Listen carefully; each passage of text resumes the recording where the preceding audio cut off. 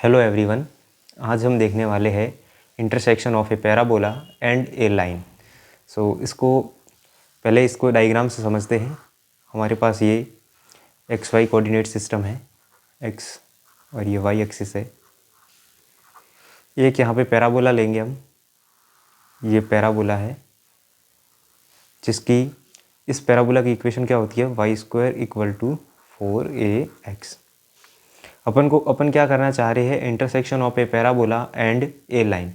ये एक पैराबोला है, इसको कोई एक लाइन इंटरसेक्ट करेगी। इस लाइन को मैं ये मान लेता हूँ, ये कोई लाइन है जो इसको इंटरसेक्ट कर रही है दो अलग अलग पॉइंट पे। ये पॉइंट P मान लेते हैं, इसके कोऑर्डिनेट x1 y1। ये पॉइंट Q है जिसके कोऑर्डिनेट है x2, y2। इस लाइन की इक्वेशन क्या होती है, टेंजेंट फॉर्म में लाइन की इक्वेशन होती है y equal to mx plus c। हम फाइंड करना चाहते हैं ये जो P और Q के कोऑर्डिनेट्स है, इन कोऑर्डिनेट को फाइंड करना चाहते हैं, जो क्या है x1 y1 और x2 y2।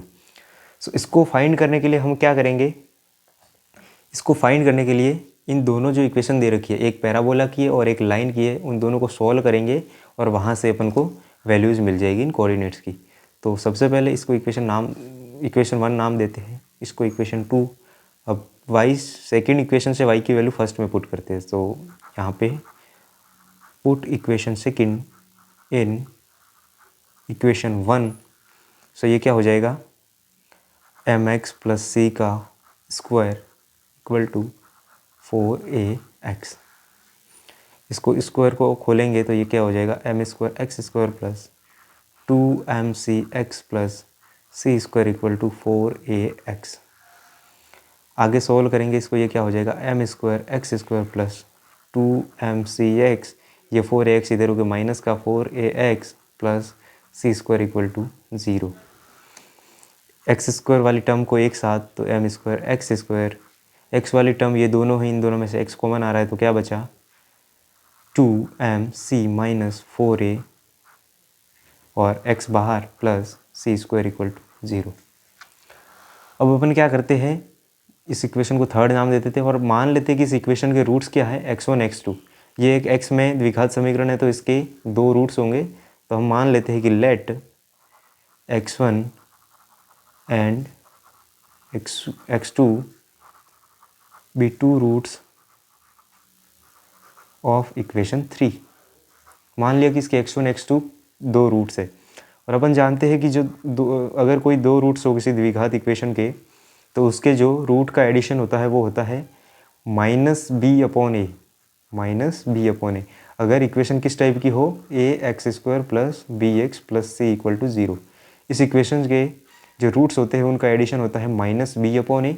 तो यहाँ पे अपना b क्या है, 2mc माइनस 4a, तो minus 2mc minus 4a by a क्या है यहाँ पर एक्स स्क्वायर का कोफिशिएंट क्या है, m स्क्वायर। इसी टाइप से जो रूट्स का मल्टीप्लिकेशन होता है वो होता है c बाई ए। c क्या होता है, ये जो कांस्टेंट होता है वो यहाँ पर क्या है, c small c square upon a क्या होता है, एक्स स्क्वायर का कोफिशिएंट, यहाँ पे क्या है, m स्क्वायर। यहाँ पे मैं लिख लेता हूँ, ये क्या है, ये है रूट्स का एडिशन होता है माइनस बी अपॉन ए और रूट्स का मल्टीप्लिकेशन होता है c अपॉन ए। यहाँ पर x1 प्लस x2 अपने पास मिल गया है, x1 x2 मिल गया है। अगर किसी तरीके से अपन x1 माइनस x2 फाइंड कर ले तो उन दोनों इक्वेशन को सॉल्व करके अपन x2 और x1 की वैल्यूज़ फाइंड कर लेंगे।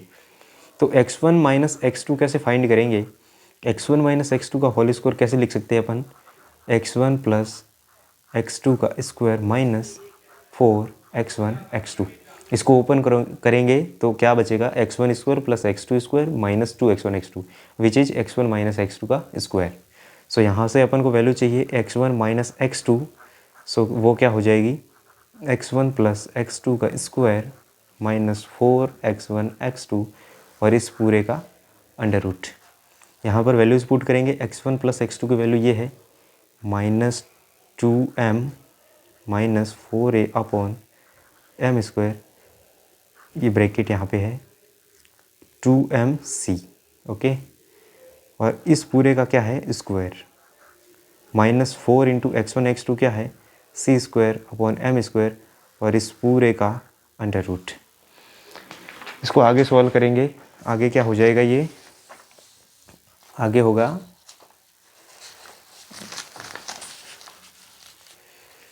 इसको भी सॉल्व करेंगे आगे, ये हो जाएगा नेगेटिव का स्क्वायर क्या हो जाएगा पॉजिटिव, इसका ऊपर मैं होल स्क्वायर कर लेता हूँ, ये हो जाएगा 4m² + 16a² माइनस का 16amc अपॉन नीचे m² की पावर 2a² होकर m² की power 4 minus 4c² upon m² और इस पूरे का क्या चल रहा है अंडर रूट।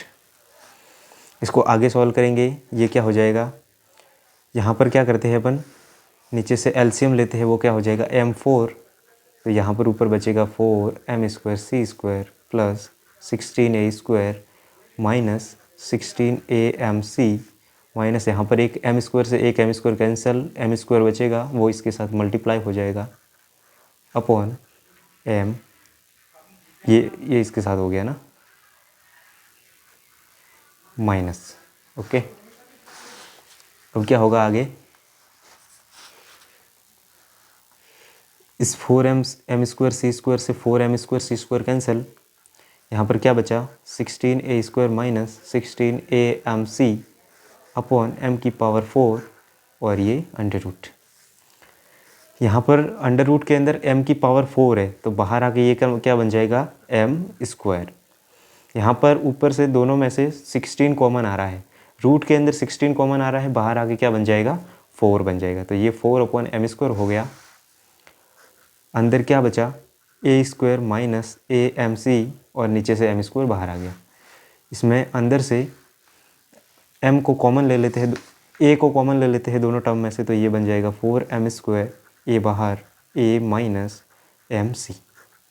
सो ये अपने पास किसकी वैल्यू है, ये वैल्यू है x1 माइनस x2 ये है।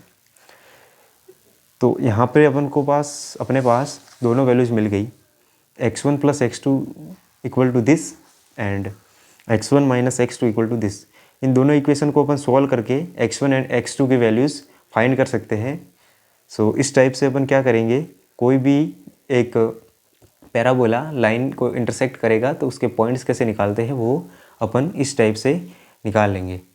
अब अपन देखते हैं कि ये जो पॉइंट है इस पॉइंट का नेचर क्या होगा। तो अब अपन देखने वाले हैं पॉइंट का नेचर, जो एक लाइन पैराबोला को इंटरसेक्ट कर रही है तो उस पॉइंट का नेचर कैसा होगा वो अपन देखने वाले हैं। तो यहाँ पर अपन देखेंगे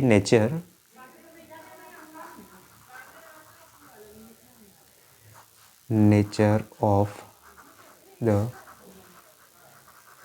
points of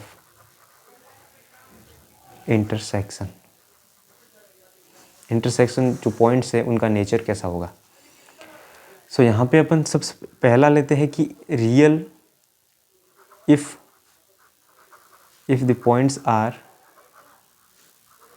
are real and distinct.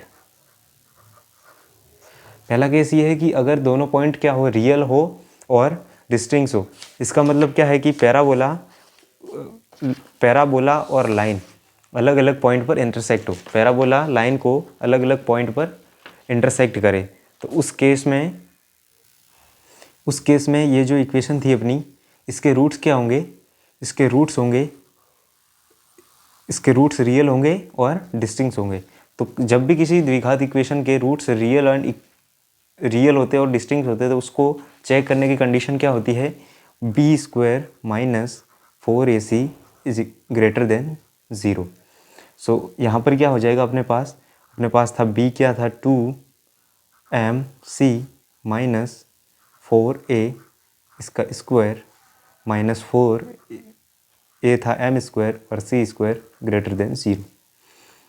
इसको सॉल्व करेंगे, ये क्या हो जाएगा 4m² c² minus 16a² plus 16a² minus 16amc minus 4m² c² which is greater than 0। सो आगे क्या हो जाए, ये दोनों कैंसिल हो गए, यहाँ से 16a दोनों में से कॉमन, 16a कॉमन, ये हो जाएगा a minus mc which is greater than 0। यहाँ से क्या हो जाएगा a minus M C greater than 0, that means a greater than M C. So ये अपने पास एक कंडीशन तब है जब दोनों एक लाइन पैराबोला को दो अलग अलग पॉइंट्स पे इंटरसेक्ट करेगी और वो पॉइंट्स क्या होंगे, डिस्टिंक्ट होंगे और रियल होंगे। अब सेकंड केस ये है कि अगर दोनों पॉइंट्स इक्वल हो, कि if the points are equal,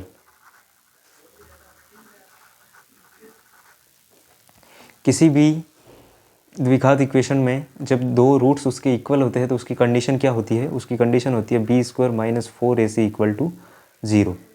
सो ये सेम इक्वेशन है, बस यहाँ पर क्या है, इक्वल टू 0 है, तो अपने पास फाइनल ये मिलेगा 16a minus M c equal to 0।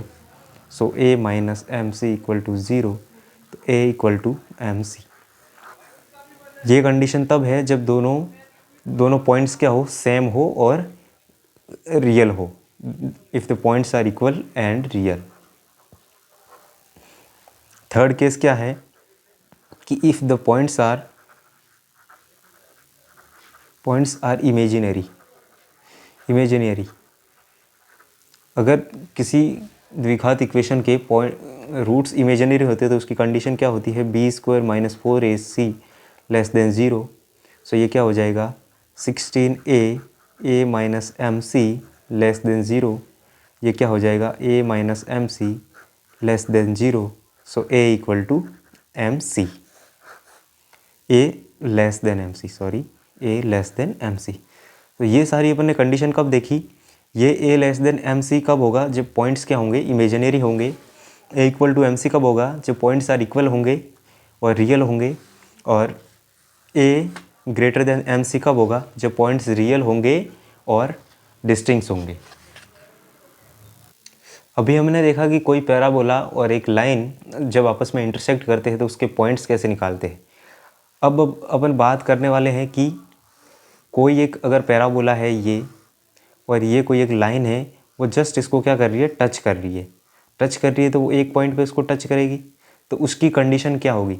अभी हमने देखा था कि ये इस टाइप से अभी देखा था कि कोई एक पैराबोला था और उसको एक लाइन दो अलग अलग पॉइंट पर क्या कर रही थी, इंटरसेक्ट कर रही थी।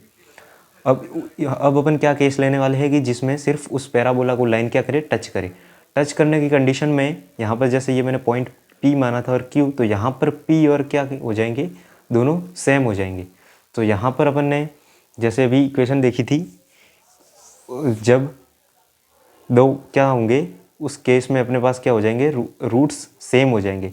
सेम मीन्स दोनों पॉइंट्स एक ही हो जाएंगे। तो वो कंडीशन क्या थी, वो कंडीशन थी a equal to m c. ये कब थी, जब दोनों पॉइंट एक ही थे और रियल थे। तो इस कंडीशन को बोलते हैं a equal to m c को, इसको बोलते हैं कंडीशन ऑफ